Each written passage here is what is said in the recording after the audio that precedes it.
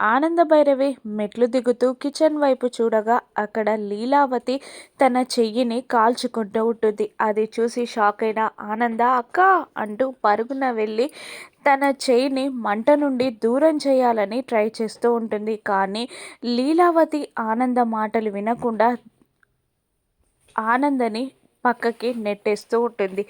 ఆనంద కింద పడిపోబోతూ తనని తాను తమాయించుకొని నిలబడుతుంది.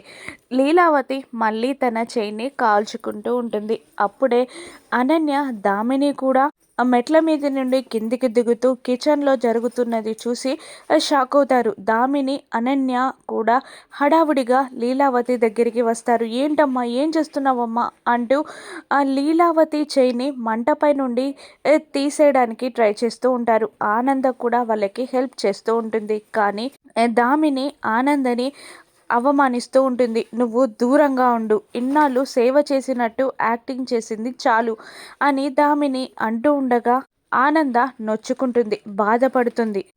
అనన్య ఇంకా దామినిని రెచ్చగొడుతూ, చూసావా దామిని, ఇప్పటికైనా నీకు అర్థమైందా, ఇన్నాళ్ళు అత్తయ్య గారు ఆ ఆనంద భైరవి వల్ల ఎంత సఫర్ అయ్యారో, ఎంత బాధపడ్డారో నీకు అర్థమవుతుందా అని అనన్య ఇంకా రెచ్చగొడుతూ ఉంటుంది దామినిని. అప్పుడు ఆనంద అది కాదు అని ఏదో చెప్పబోతుండగా, నువ్వు మాట్లాడకు, నాకు దూరంగా ఉండు అని లీలావతి కూడా ఆనందని తిడుతూ ఉంటుంది.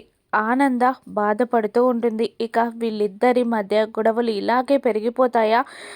దామిని అనన్యల నిజ స్వరూపాలు ఎప్పుడు బయటపడతాయి? రానున్న ఎపిసోడ్స్లో చూద్దాం. Thank you for watching.